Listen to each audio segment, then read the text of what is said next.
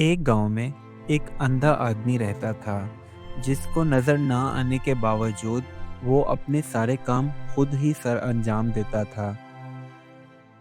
वो अगर रात के वक्त अपने किसी काम से बाहर निकलता तो एक दिया अपने साथ जरूर लेकर जाता। लोग जब अंधे आदमी को दिया उठाए देखते तो वो उसका बहुत मजाक उड़ाते। एक दिन रात के वक्त वो दिया साथ लेकर बाहर किसी काम से जा रहा था तो कुछ लड़के उसका मजाक उड़ाते हुए उसके पास आए और पूछने लगे। तुम तो अंधे हो, तो फिर दिए को साथ लेकर क्यों चलते हो?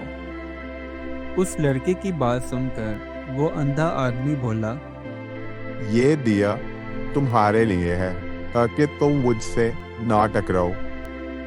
ये कहकर वो आदमी वहां से चला गया।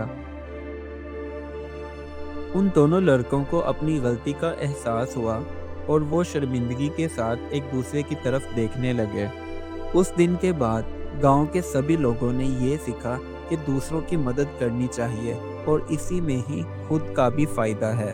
इस कहानी से हमें ये सबक मिलता है कि दूसरों की भलाई के लिए किए गए अमल हमेशा फायदेमंद होते हैं। Do like my videos and don't forget to subscribe my YouTube channel. Also press the bell icon.